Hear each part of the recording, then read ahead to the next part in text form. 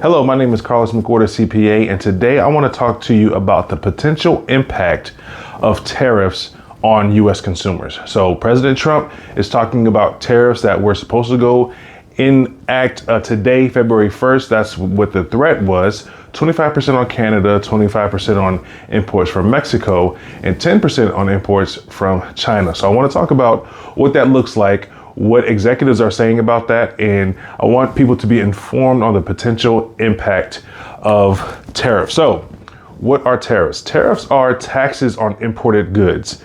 So a government will use tariffs to deter U.S. companies from importing goods, encouraging them to buy products from U.S. producers. So we want people to buy American products, American made and manufactured products. We will put a tax on imports coming from other countries to encourage that. At least that is the intent. Now, President Trump is saying that we're doing this because of illegal immigration. We're doing this because of illegal drugs. So his intent, what he says his intent is and what the goal is, doesn't seem to be aligned with traditional economic practices, but we'll take a look at what's going on and you can make a decision for yourself on why we are doing it. So first I want to look at what some executives are saying about tariffs and how they will respond if these tariffs are put into place.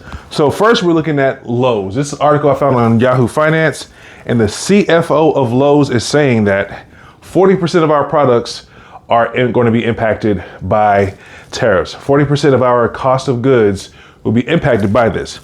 Now, what did he say?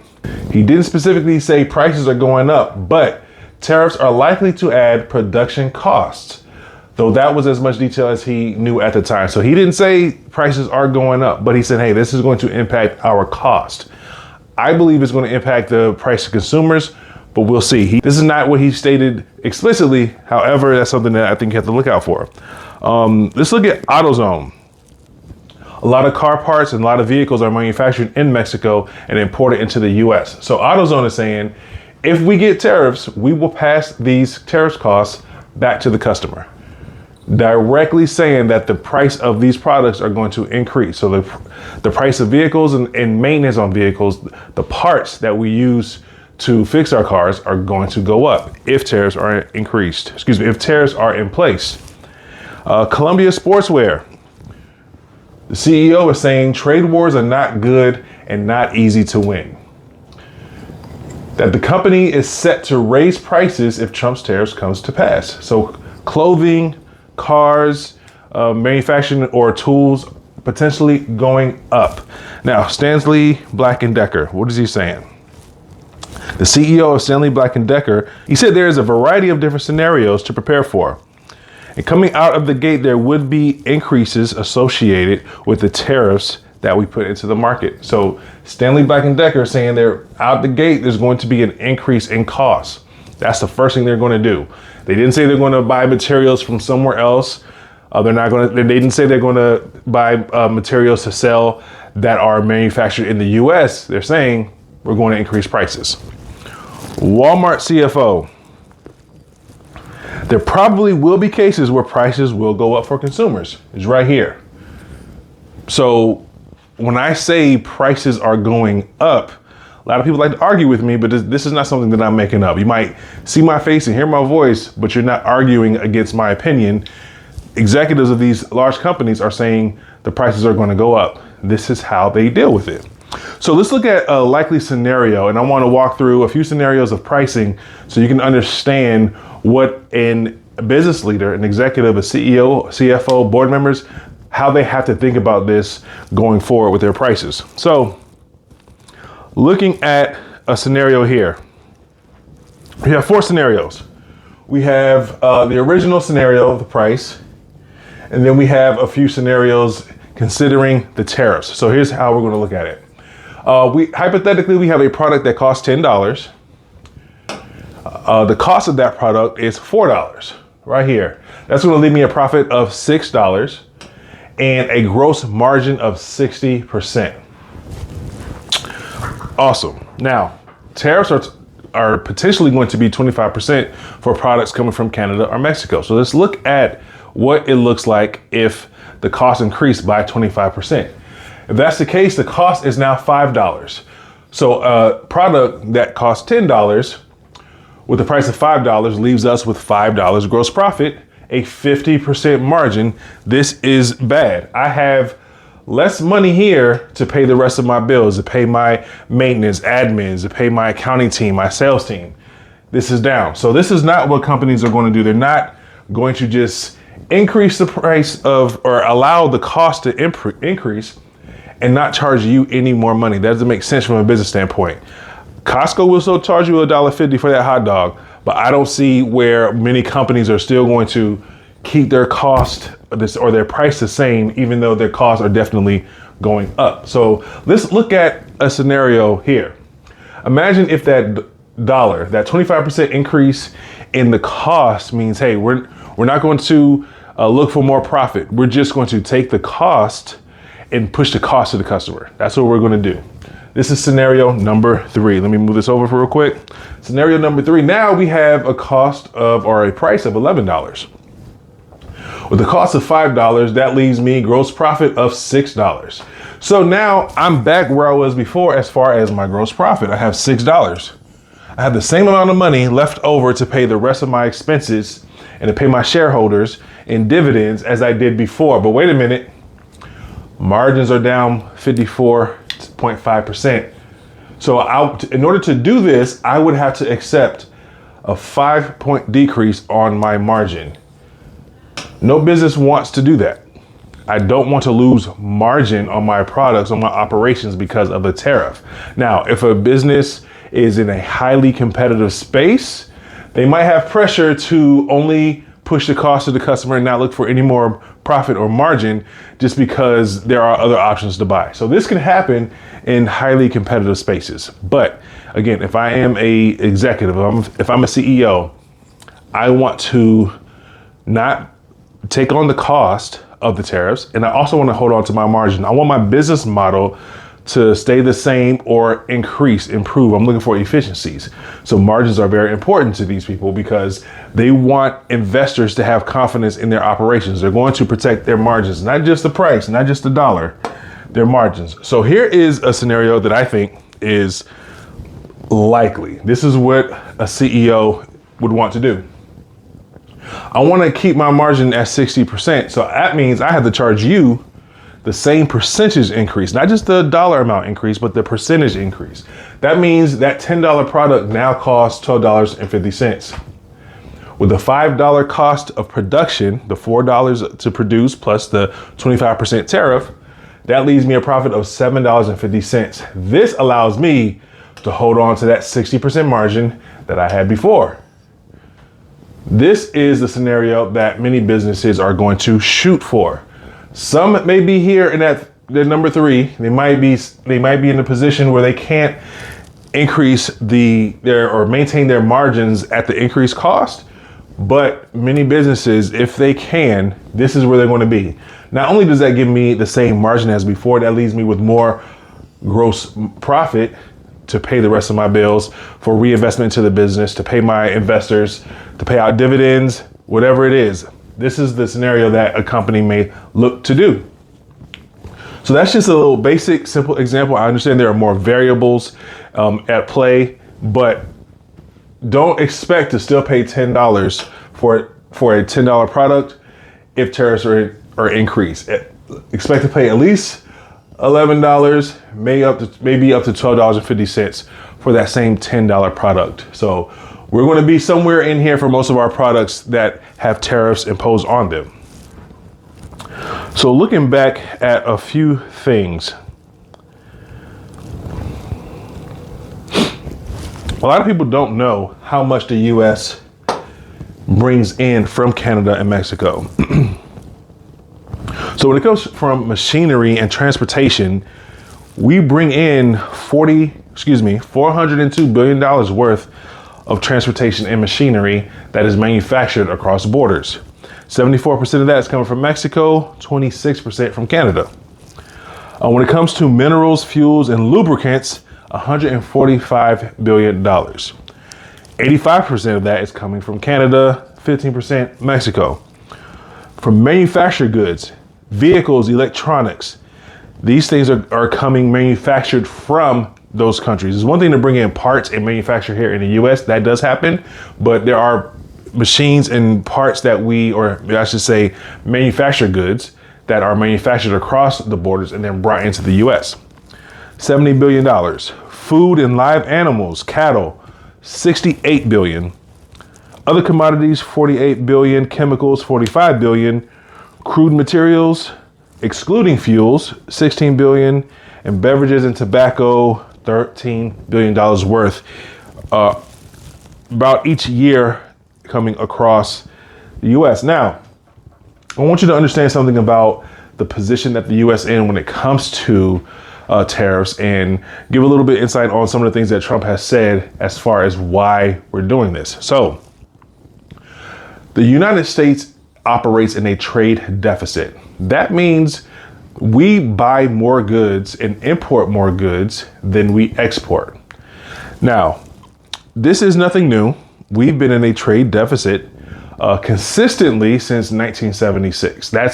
It was back and forth, but 1976, this is when the U.S. began to operate at a trade deficit, meaning we're bringing in more goods than we're sending out to other countries. And we've stayed there and increased that since then by a great deal. So this is a chart looking at the trade deficit over the years. Let me adjust this real quick. So we're at 1970 here, and then all the way up to 2022. 23 numbers are not in here. However, let's look at it. Since 1976, we were at a trade deficit of $1.63 billion. Now, $971 billion. We've had, a few decreases here during recessions. Looks like we had a decrease in the deficit there, but for the most part, the United States have steadily increased their deficit. Now, some people may look at this and say, hey, this means you're losing a trade war. I wouldn't say that, because this is by design. Why are we doing this? The whole point of importing goods and services to the United States is to cut costs.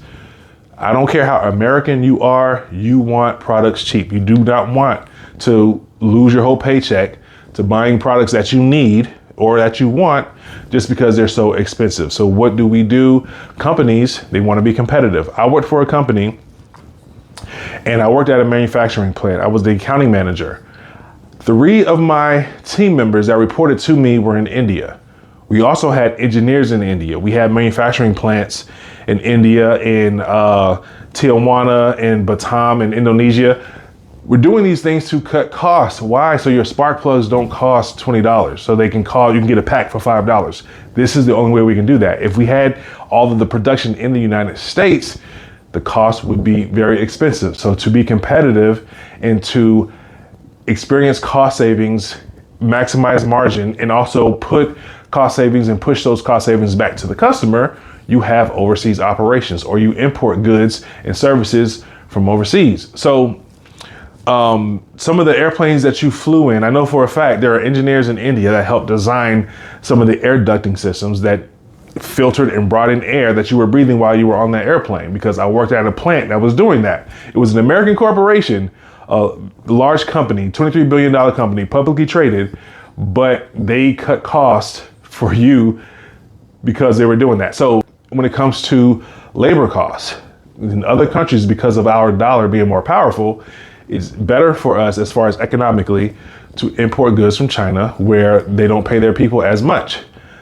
Same with Mexico and in other countries as well. If our dollar is stronger, we can save cost and maximize margins for our investors if we import goods and services from across the border. So the trade deficit is not necessarily a bad thing. Of course, it doesn't need to be out of hand. Of course, there's going to be some economic measures that our government needs to do to control it. But being at a trade deficit doesn't mean we're losing a trade war, so to speak. It just means we have so much more investment or ability to invest.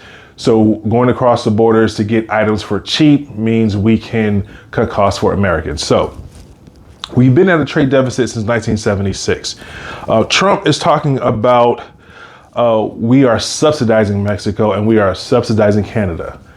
We are not subsidizing these other countries. We just simply import more goods than we export to them. It's a trade deficit with these countries.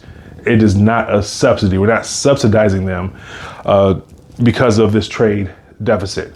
We are not in a position where we're losing out because we're buying products from another country. That's not the case. We're actually saving costs, and us as consumers, we benefit from this because our products are coming over and we're paying a lower price, which everybody can appreciate. I don't care how patriotic you think you are, you know you appreciate that. So this is just a trade deficit with each country. Why Mexico? Why Canada? Why a 10% lower on China? Well, as you see, China is right here, over $250 billion trade deficit as of 2023. We depend on them for so many things. A heavy tariff, a blanket tariff on China would not be good for the consumer at all. Would not be good for us. China, as you see, $250 billion. We buy more of their products than they buy of ours. If we were to impose a heavy tariff there, we'll see what happens. It could be some retaliatory tariffs. Canada has already said that they're going to do that, but we will see. Number two, Mexico, a little bit over about $160 billion trade deficit.